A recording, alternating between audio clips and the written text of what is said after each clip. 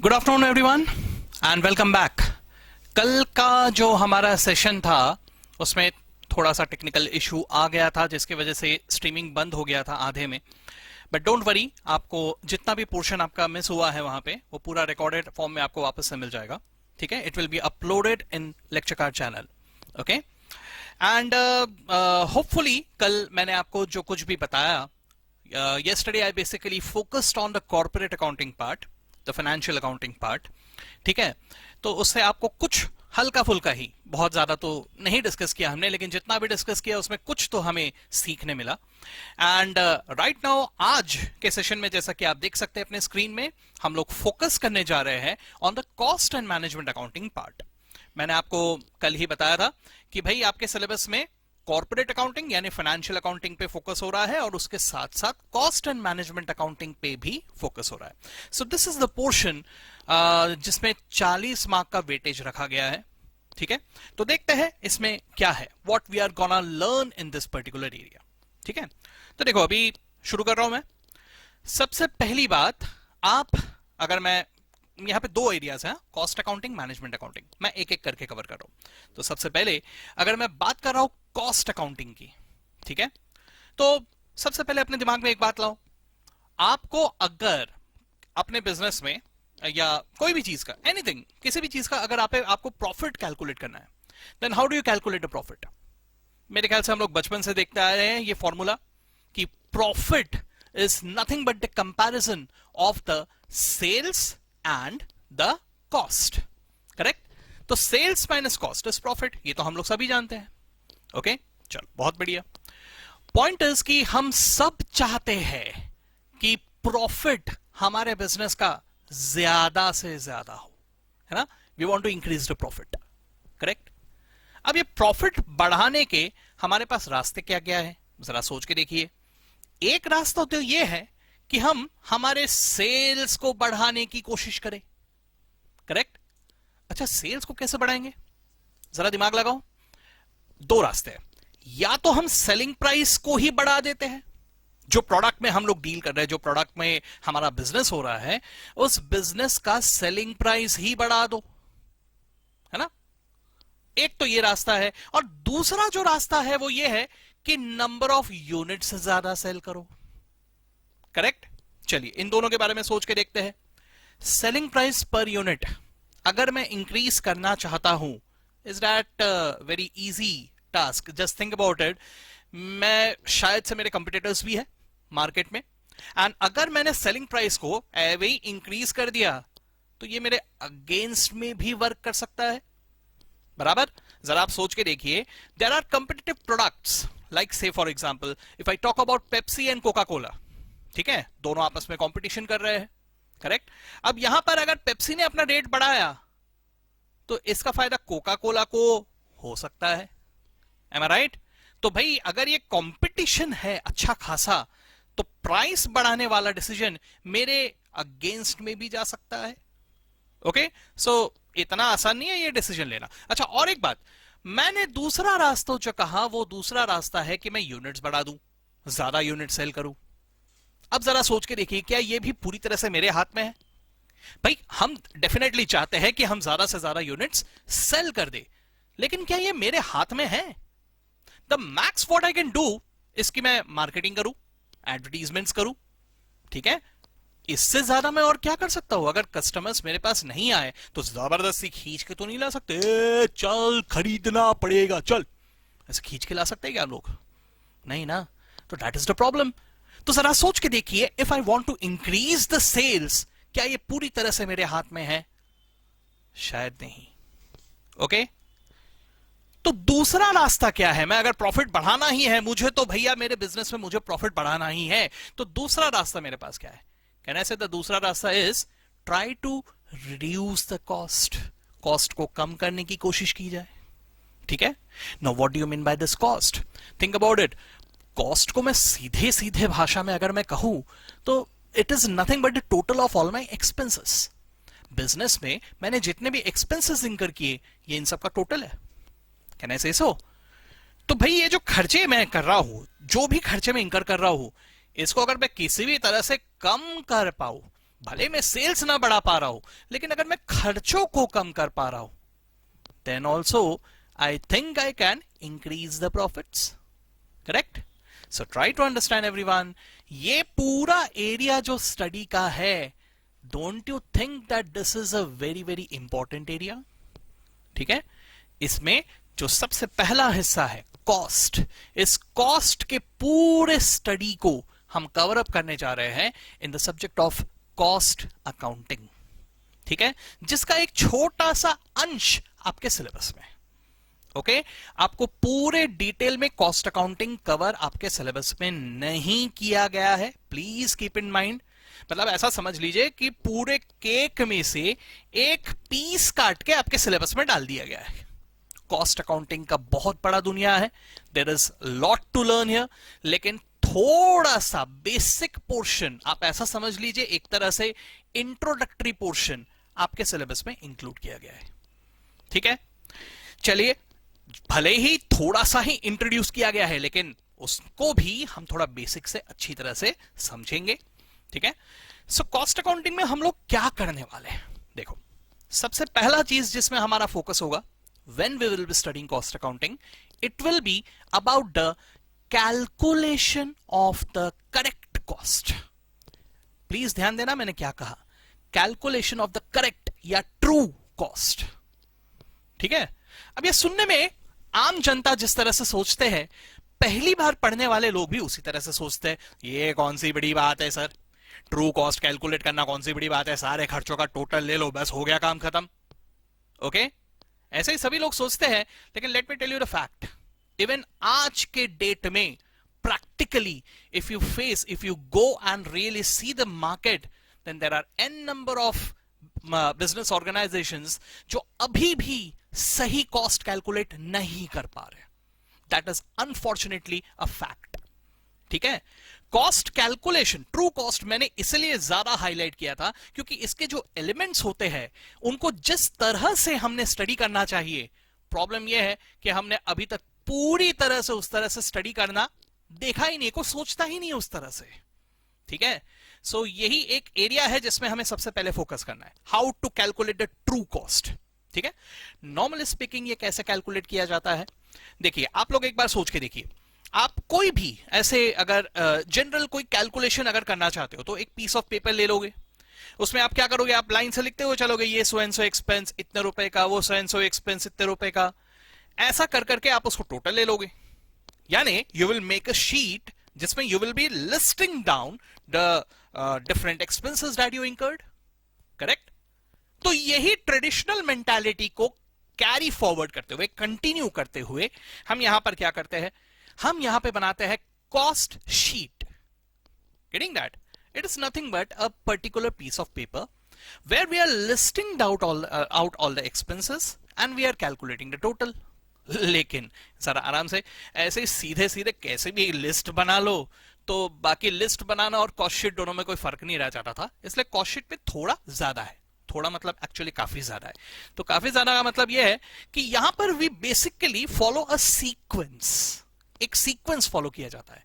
ये जो सीक्वेंस होता है that is basically called as the cost flow. I repeat what I said, मैं कह रहा हूं कि we basically follow the cost flow. Yes my dear friends, there is a particular cost flow that you have to follow. अब ये कैसा है sir, इसको समझने के लिए थोड़ा दिमाग लगाओ. देखो आराम से, मान लो कि हम लोग ना एक कोई प्रोडक्ट बना रहे हैं. अब मैं इंडस्ट्री एग्जांपल नहीं दूंगा, मैं आपको ना एकदम ऐसा एग्जांपल दूंगा जो दिल से एकदम अच्छी तरह से समझ में आए. So let's take an example of a product called as biryani. ठीक है, so we are making biryani, हमें बिरयानी बनाना है. तो अब बिरयानी बनाना है तो जरा सोच के देखिए खर्चों के पॉइंट ऑफ व्यू से, हाँ, मुझे कौन से एक्सपेंसेस हमें बनाने हैं उसके पॉइंट ऑफ व्यू से हमें सोचना है. तो जरा सोच के देखिए, बिरयानी बनाने के लिए मैं सबसे पहले कौन से खर्चे इंकर करूंगा, जरा सोच के देखिए. कौन सा खर्चा आपके दिमाग में सबसे पहले आ रहा है? सबसे पहले आप पैसे कहां खर्च करोगे? कहना इससे ऑब्वियसली बिरयानी बनाने के लिए जो सामान लगता है इस पे खर्च करेंगे. बात समझ में आ रहा है? यानी we will be thinking about the basmati rice, है ना, मुझे कितना बासमती राइस लगने वाला है, देन व्हाटएवर, अगर हम जैसे चिकन बिरयानी बना रहे हैं तो हमें चिकन लगेगा, अगर हम एग बिरयानी बना रहे हैं तो एग लगेगा, अगर हम पनीर बिरयानी बना रहे हैं तो पनीर लगेगा, व्हाटएवर इट इज, ठीक है, vegetarian non vegetarian as the case में भी। उसके अलावा द स्पाइसेस, मसाले क्या क्या लगेंगे, ये सारी चीजों का हम लोग सबसे पहले अरेंजमेंट करेंगे। सो मैं ऐसा कह सकता हूं कि we are thinking about something tangible that will be consumed in the process of manufacture, getting that. तो इसी को हम लोग यहां पे टेक्निकल भाषा में कहते हैं the cost of material, getting that. क्या कहा मैंने, we are calling this as the cost of material. So first of all we will be incurring expenses towards material, ठीक है। चलो मटेरियल का कॉस्ट इंकर कर लिया। नेक्स्ट क्या भाई, अगर बिरयानी हमें बनाना आता है तो हम भी बना लेंगे, अच्छा खासा बना लेंगे, बहुत बढ़िया। लेकिन प्रॉब्लम यह है कि हमें बिरयानी नहीं बनाना आता, ठीक है। या अगर हमारा ये बिजनेस है, जैसे होटल वगैरह होता है, ठीक है, होटल में ये बिजनेस होता है, तो अगर ये बिजनेस है और हम उतना ज्यादा हर रोज टाइम थोड़ी दे पाएंगे, हम हर रोज थोड़ी बिरयानी बना पाएंगे, तो as a result what we might do is we might hire someone, किसी को हम सैलरी देके या जो भी उनका मेहनताना होता है वो देके उनको रखेंगे, कोई पर्सन हमारे लिए बिरयानी बनाएगा, गेटिंग दैट। तो अगर मैं इन पर्सन से बिरयानी बनवा रहा हूं, उनको फ्री में तो काम नहीं करेंगे, उनको पैसे देने पड़ेंगे। So think about it. The next expense that I'm incurring is basically the human efforts cost. Are you getting that? तो ये जो ह्यूमन एफर्ट कॉस्ट है, इसी को हम लोग यहां पर टेक्निकल भाषा में कहते हैं कॉस्ट ऑफ लेबर, ठीक है, या इसे और एक नाम से पुकारा जाता है एम्प्लॉई कॉस्ट, गेटिंग दैट। बहुत सीधी तरह से मेरे दिमाग में जा रहा होगा मेरे ख्याल से, एम्प्लॉइज जो भी हम रख रहे हैं, उनको जो भी पैसे दे रहे हैं, that is my employee cost, okay. तो सबसे पहले the flow is of material, next flow is of employee. But जरा सोच के देखिए, क्या सिर्फ इतना ही है और कुछ नहीं है? अब जरा सोच के देखिए, हमारा जो बिरयानी बनाने का बिजनेस है, इस बिजनेस की मार्केटिंग भी तो करेंगे हम लोग। जरा सोच के देखिए, that is another separate expense, ठीक है। ऐसे और भी कई एक्सपेंसेस रहते, जैसे for example the electricity expenses, the telephone या मोबाइल फोन एक्सपेंसेस। तो ये जो खर्चे हैं ये भी तो ऐड हो रहे हैं। So basically when I talk about cost is basically a combination of three elements: material, labor and expenses, ठीक है। ये तीनों में हमें एक प्रॉपर फ्लो, एक लॉजिकल फ्लो फॉलो करते हुए जब हम लोग इसे एक पीस ऑफ पेपर में लिखते हैं, we are actually making a cost sheet, ठीक है। ये 2 बार बनता है दोस्तों, याद रखना, ये 2 बार बनता है। 2 बार क्यों सर? एक बनता है प्री डिटरमिन्ड बेसिस में। प्री डिटरमिन्ड बेसिस में मतलब जब हम लोग शुरुआत में, यार शुरुआत होने के पहले, आप लोगों ने बजट नाम सुना है कभी? Budget, yes. तो ईयर शुरू होने के पहले हम लोग सबसे पहले इसको कैलकुलेट करते हैं कि what should be my expense. If I am targeting to make so much quantity of biryani, then what should be the rice consumption, what should be the paneer या chicken consumption, what should be the spices consumption, what should be the marketing expense, what should be the labor cost। ये सबको एक बार list down किया जाता है। तो ये जो कॉस्ट शीट हम लोग बना रहे हैं, इसे हम लोग कहते हैं बजटेड कॉस्ट शीट, ठीक है। लोगों को कॉस्ट शीट के बारे में तो सुना हुआ रहता है, लेकिन इसमें भी जो 2 हिस्से होते हैं, इसके बारे में अनफॉर्चुनेटली बहुत कम जन जानते हैं, इसलिए अभी आप जान लो। The first part is called as the budgeted cost sheet, which is basically focusing on the predetermined cost, okay. चलो ठीक है, व्हाट नेक्स्ट? ये हो जाने के बाद हम एक्चुअल जो खर्चे इंकर करते हैं, जो कुछ भी होता है, उसके बाद सारे एक्चुअल खर्चों की मदद से एक और बार हम लोग कॉस्ट शीट बनाते हैं, ठीक है। और ये एक और बार जो कॉस्ट शीट बनाया जाता है, the actual figures, taking the actual figures into consideration, this is called as the historical cost sheet, okay. अभी उसके बारे में रहने दो, जब हम लोग उसको डिटेल में देखेंगे तभी देखना है, अभी छोड़ दो उसको। फिलहाल आप लोगों ने इतना समझ लिया कि हम लोग कैलकुलेशन ऑफ कॉस्ट करते हैं by making a cost sheet, so we have to learn about that, okay. चलो ठीक है, लेकिन क्या काम हमारा यहीं पे खत्म हो गया? जस्ट कैलकुलेट कॉस्ट, काम खत्म? नोप, इसके आगे भी है। The next area where we will be focusing at is controlling the cost, cost control, ठीक है। Now what do you mean by this? Cost control क्या होता है सर? आराम से जरा समझने की कोशिश कीजिए। देखिए एक एग्जांपल लेते हैं।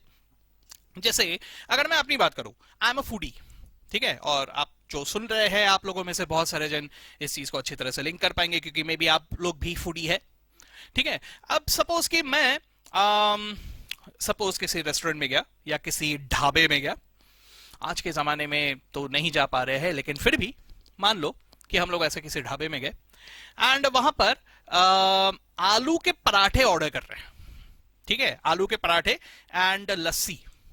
ओके, ढाबे के आलू के पराठे and lassi, deadly combination. Okay, तो व्हाटएवर, अगर मैं ऐसा कुछ कर रहा हूं, then in that case what will happen, मैं गया ढाबे में और मैं जानता हूं कि मैं कितने पराठे खा सकता हूं। आई नो दैट 5 पराठे तो खा ही लूंगा। ओके, ज्यादा हो गया शायद, अच्छा ठीक है, जो बोल दिया, हाँ। तो 5 पराठे तो खा लूंगा, ठीक है, और साथ ही साथ 2 तो कम से कम लस्सी पी जाऊंगा, ठीक है। ओके, तो अगर ऐसा कुछ सोचा है, then in that case what will happen now, जरा दिमाग लगाइए। मैं अगर 5 पराठे और 2 लस्सी, इनका खर्चा, I am thinking about the expense right now, हाँ, इनके खर्चे के बारे में सोच के मैं प्रिपेयर्ड हूं कि मैं इतना खर्चा करूंगा। कॉस्ट कंट्रोल का मतलब क्या हुआ? जितना सोचा है उतना ही खर्चा लगे, उससे ज्यादा ना लगे। That's what is cost control.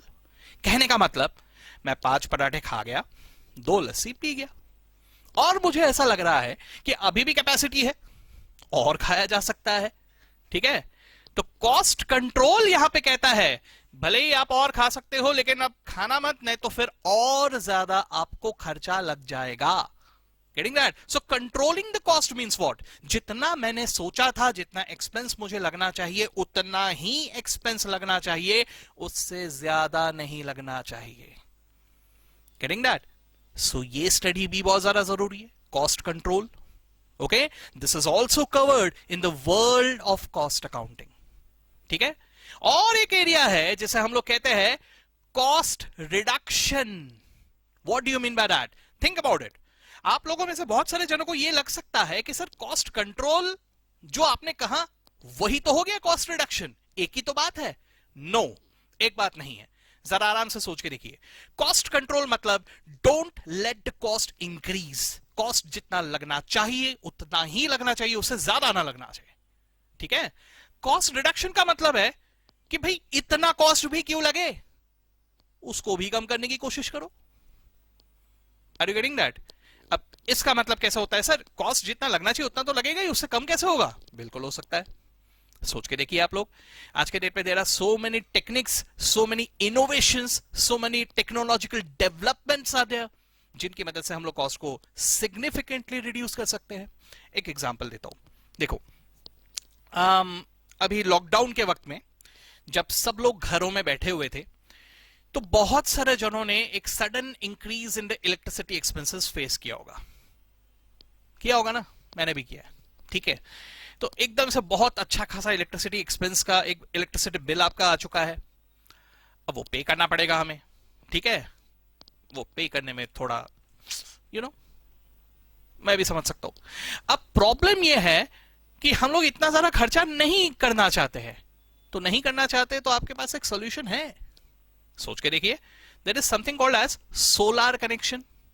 सुन रखा है कभी आपने? इसमें हो सकता है आपको वन टाइम काफी ज्यादा पैसा खर्च करना पड़े, लेकिन इससे आपका जो मंथली इलेक्ट्रिसिटी बिल है वो अच्छा खासा कम हो सकता है। So if you can spend that much money, by spending that much money हम क्या कर सकते हैं, हमारे एक्सपेंसेस को रिड्यूस कर सकते हैं। Are you getting that? तो ऐसे कुछ टेक्नोलॉजी अगर आए हैं मार्केट में या any kind of such innovation, तो उनको यूज करके जितना खर्चा लगना चाहिए उतना भी क्यों लगे, उससे कम करने की कोशिश करो। That's what is called as cost reduction. Are you getting that? So when I'm talking about cost accounting, I'm talking about all these. Cost accounting is basically the study of, first of all, the cost calculation, secondly, cost control, and third, cost reduction. अब ये सब हम क्यों पढ़ रहे हैं? ये सब हम इसलिए पढ़ रहे हैं क्योंकि इसकी मदद से if we are able to succeed, यानी if we are able to reduce the cost, then what will be the result? The result will be maximizing the profits. Are you getting this? So this is very important. Okay, so that is the area of cost accounting. अब definitely ये area तो हम लोगों को cover करना ही है इन cost accounting, लेकिन eight the same time हम लोगों को यहाँ पे एक चीज और देखना पड़ेगा, और वो है how to maintain the cost records. Yes my dear friends, जैसे कि फाइनेंशियल अकाउंटिंग में आपको बुक्स ऑफ अकाउंट्स मेंटेन करने पड़ते हैं, आपको जर्नल एंट्रीज पास करने पड़ते हैं, आपको लेजर पोस्टिंग करना पड़ता है, इसी तरह से कॉस्ट अकाउंटिंग की दुनिया में भी आपको जर्नल एंट्रीज पास करने पड़ते हैं, लेजर पोस्टिंग करने पड़ते हैं। Are you getting that? तो ये जो कहलाता है इसे हम कहते हैं कॉस्ट रिकॉर्ड्स। ठीक है, तो हम एक कॉस्ट शीट कैसे बनाते हैं, कॉस्टिंग के जर्नल एंट्रीज, लेजर पोस्टिंग किस तरह से की जाती है, तो ये सब चीजें, ये सारी चीजें हमारे सिलेबस में कवर किए गए हैं। So let me tell you one thing, यहां पे हर चीज डिटेल में नहीं है। There are major topics in cost accounting जिसमें अच्छा खासा सीखने लायक एरिया होता है, लेकिन वो बहुत सारी चीजें आपके सिलेबस से हटा दिए गए हैं। यस, हटा दिए गए हैं, पहले थे, पहले सिलेबस में हुआ करते थे, अब हटा दिए गए हैं। अभी इसका कोर्स काफी रिड्यूस किया गया है, लेकिन still if I consider the marks 40 marks, वो भी सिर्फ कॉस्ट अकाउंटिंग के लिए नहीं, मैनेजमेंट अकाउंटिंग के लिए भी, तो थोड़ा गड़बड़ है, क्योंकि 40 मार्क के लिए इतना, फिर भी कंपैरेटिवली मेरे हिसाब से सिलेबस थोड़ा सा ज्यादा है। बट वॉट एवर, ऐसा तो हर सब्जेक्ट को लेके ही आपको लगेगा कि जितना सिलेबस है उसके मुताबिक मार्क्स काफी कम रखे। तो जो भी हो, that is what is CS executive. Okay, welcome to hell, sorry.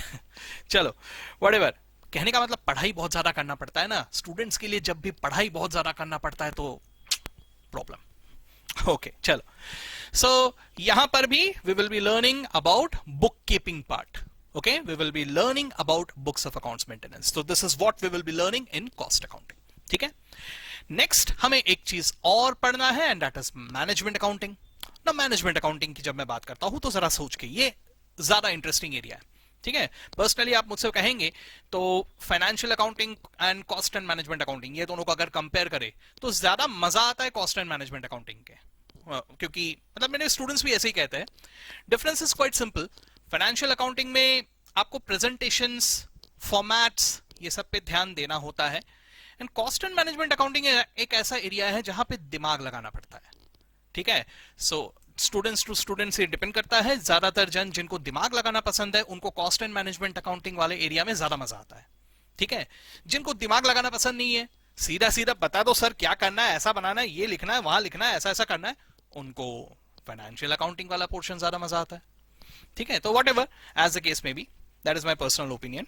ठीक है, हाँ, तो मैनेजमेंट अकाउंटिंग क्या होता है जरा आराम से समझते हैं। मैनेजमेंट अकाउंटिंग, सबसे पहले मैनेजमेंट के बारे में सोचो। मैनेजमेंट के बहुत सारे इंपॉर्टेंट काम होते हैं, ठीक है, जिनमें से वन ऑफ द मेजर काम इज कैन आई से डिसीजन मेकिंग, है ना। और यहां पर खास तौर पे इंपॉर्टेंस इसलिए ज्यादा बढ़ जाता है क्योंकि हम फाइनेंशियल वर्ल्ड की बात कर रहे हैं, पैसों की दुनिया, तो हम यहां पे फाइनेंशियल डिसीजंस की बात कर रहे हैं, मॉनेटरी डिसीजंस। ये तो डेडली इंपॉर्टेंट है भाई, करेक्ट। तो अब फाइनेंशियल डिसीजन हमारा सही हो, इसके लिए जरूरी क्या है? कोई भी डिसीजन जब भी आप लेना चाहो तो आप क्या कोई भी डिसीजन बस एवे ले लेते हो, बिना किसी टूल्स के या बिना किसी पेपर वर्क के ऐसे ही आप डिसीजन ले लोगे? कि कहना ऐसे कि कोई भी डिसीजन लेने के लिए आपको सबसे पहले कुछ चीजों की जरूरत पड़ेगी।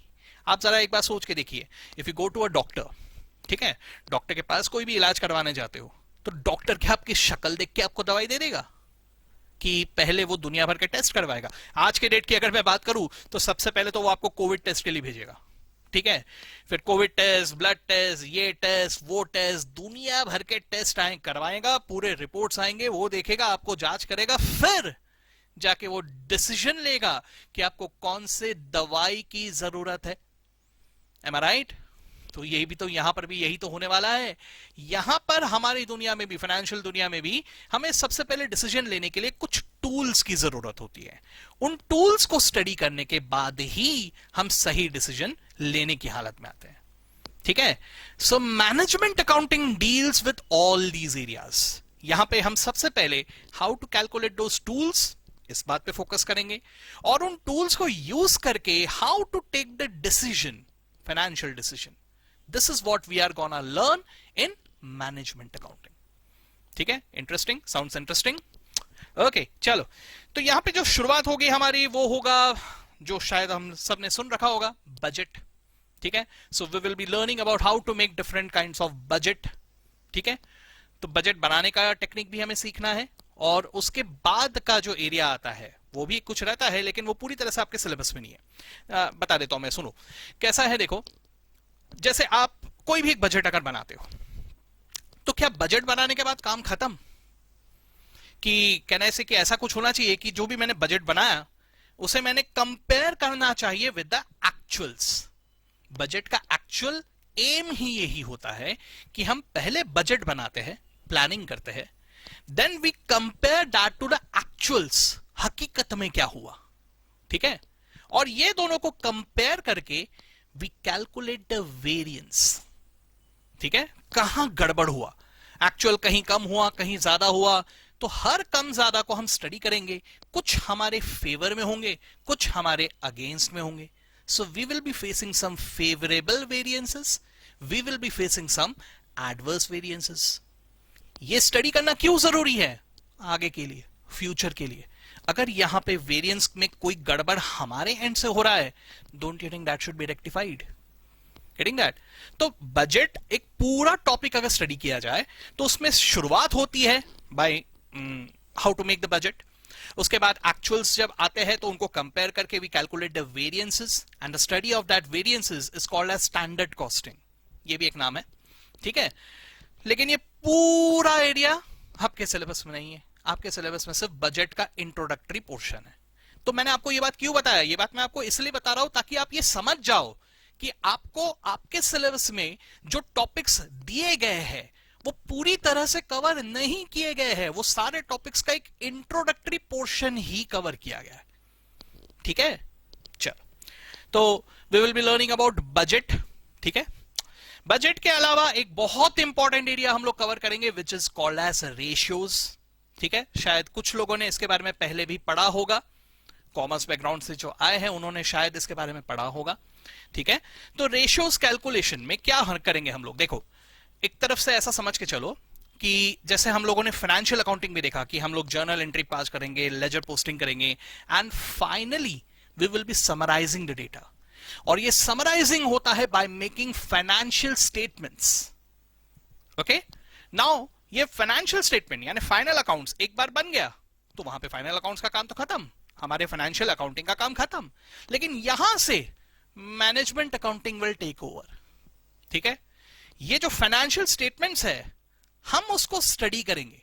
एंड इनफैक्ट एक तरफ से देखने जाओ तो जैसा हम लोग कहते हैं ना पोस्टमार्टम, पोस्टमार्टम वर्ड आप लोगों ने सुना होगा।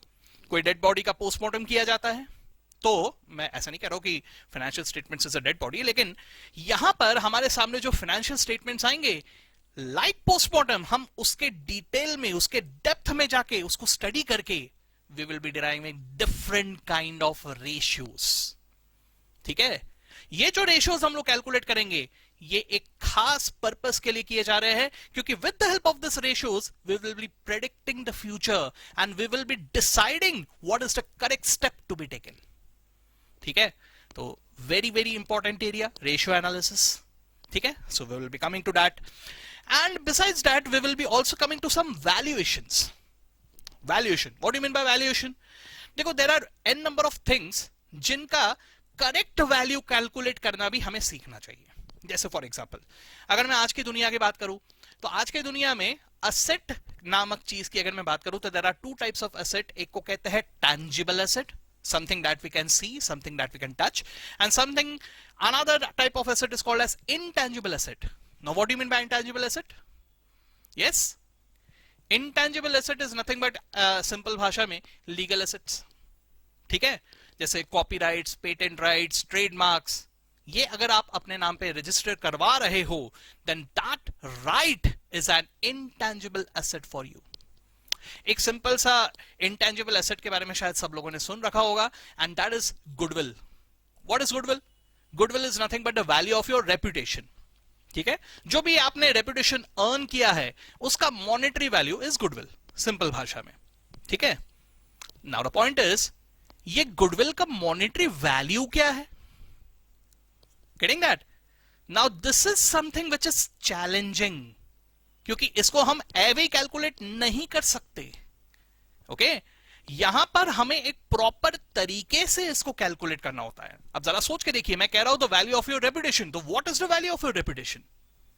हाउ कैन यू जज दैट? तो इसका एक प्रॉपर तरीका होता है कैलकुलेशन करने का। आप और भी चीजें सोच के देखिए। आप लोग अगर एक सिंपल सा सोच के देखो, जैसे शेयर मार्केट की दुनिया की अगर मैं बात करूं, आप सब लोग जानते हैं there is something called as a share market. ठीक है, कोई एक कंपनी का शेयर है जिसका face value might be 10 rupees, लेकिन वो मार्केट में ट्रेड हो रहा है शायद 1200-1300 रुपए में। ऐसा होता है।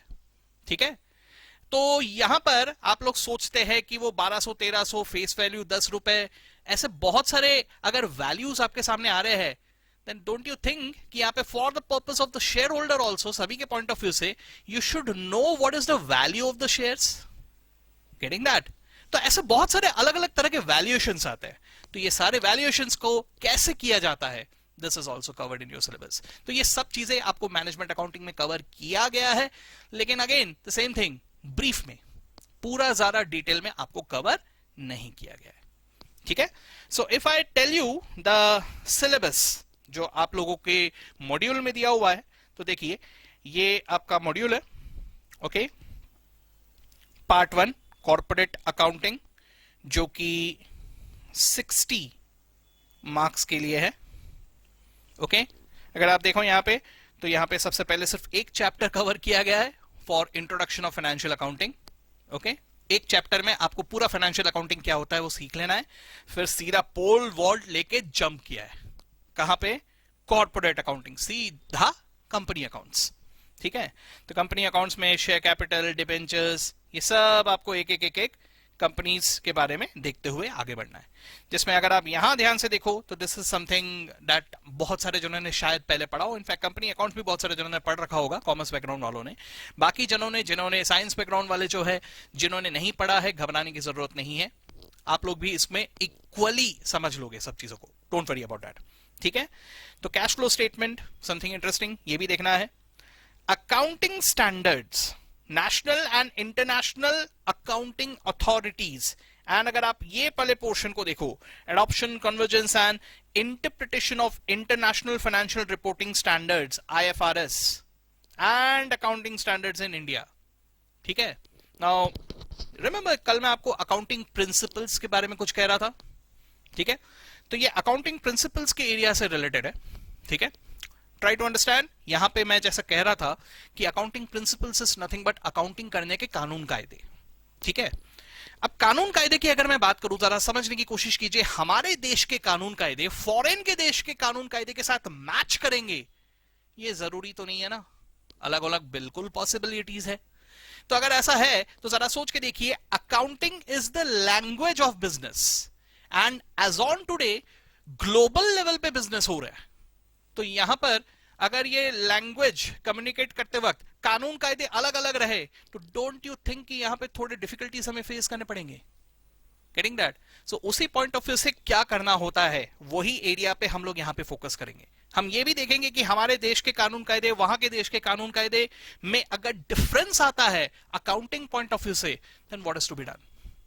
ठीक है, तो ये सब एरियाज को यहां पे कवर किया गया है। Okay, for 60 marks. एंड उसके नीचे अगर आप लोग देखो, मैनेजमेंट अकाउंटिंग एंड वैल्यूएशन। ठीक है, तो सबसे पहले ओवरव्यू ऑफ कॉस्ट, कॉस्ट के बारे में एक हल्का फुल्का, cost accounting records, journal ledger कैसे किए जाते हैं, ये सब है। सीधा बजट, रेशियोज, डिसीजन मेकिंग वाले एरियाज पे आ गए। एंड फाइनली ये जो आखिर के जो एरियाज है, यहां पे we will be learning about different kind of valuations. Okay, so now I guess you know your subject. ठीक है, and at the same time ये मल्टीपल चॉइस क्वेश्चन अप्रोच में रहने वाला है ना, एमसीक्यू बेस्ड। तो एमसीक्यू बेस्ड होने की वजह से what we will be doing is, हमारे सब्जेक्ट में हम लोग जैसे ये पढ़ते हुए चलेंगे, तो पढ़ने के बाद after each and every session what I will be trying to do is, after each and every session, after each and every class, we will be discussing some multiple choice questions. ठीक है, जिसका एक trailer मैं आपको दिखा देता हूं। जैसे फॉर एग्जांपल आपको यहां पर ऐसा नजर आ रहा है, the purpose of accounting is to, okay, KBC pattern. Yes, चलिए participate and tell me, chat box में मुझे दिखना चाहिए क्या आंसर दे रहे हो आप लोग। ठीक है, the purpose of accounting is to maintain financial records, या be communicating financial information to users, ये हम लोगों ने कल के सेशन में डिस्कस किया था, ठीक है। C both A and B, या none of the above. Okay, कल का सेशन कुछ लोगों ने शायद मिस आउट कर दिया होगा, मतलब कुछ पोर्शन वो टेक्निकल डिफिकल्टी की वजह से मिस बंद हो गया था।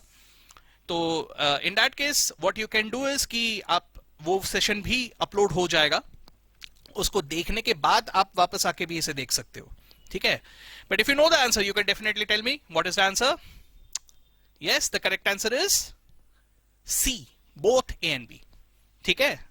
ओके, दूसरा, यहां पे हम लोग फाइनेंशियल रिकॉर्ड्स मेंटेन करने में भी फोकस करते हैं, and communicating accounting is the language of business, इसके जरिए हम फाइनेंशियल इंफॉर्मेशन किसी और को कम्युनिकेट भी करते हैं, यूजर्स को, ठीक है। ओके, दूसरा जो है ये है accounting process involves, is it recording of transactions and events, is it classifying transactions and events, is it summarising transaction and events, या is it all of the above. Yes, very simple question, it is all of the above, ये सब है, recording, classifying as well as summarising, ठीक है। तीसरा, which of the following is not a sub field of accounting, ठीक है। सब field of accounting, accounting के 3 ब्रांचेस है जो मैंने कहा था आपको, ठीक है।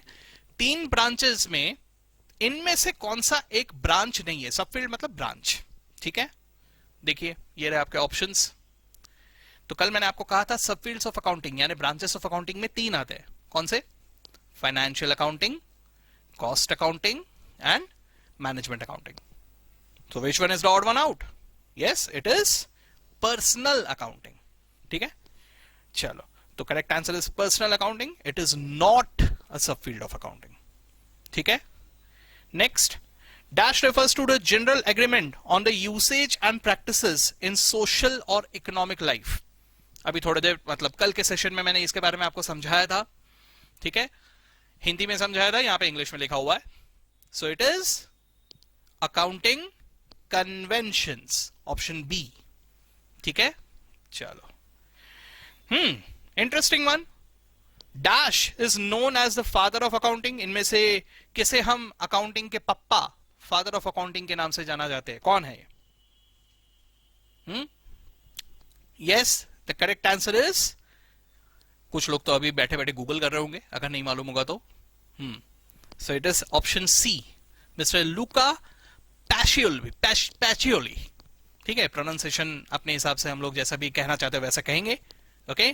चलो, another interesting question, dash is known as mother of simplified accounting. पापा के बारे में तो फिर भी काफी लोगों ने सुना है, मम्मी के बारे में मालूम है? वेल, अभी आपके पास मोबाइल रखा हुआ है, गूगल जिंदाबाद, अभी अभी गूगल कर रहे होंगे आप लोग।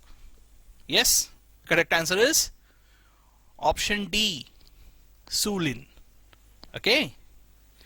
And last one, cost accounting deals with, is it A, calculation of the true cost, या B, cost control, या C, cost reduction, या all of the above?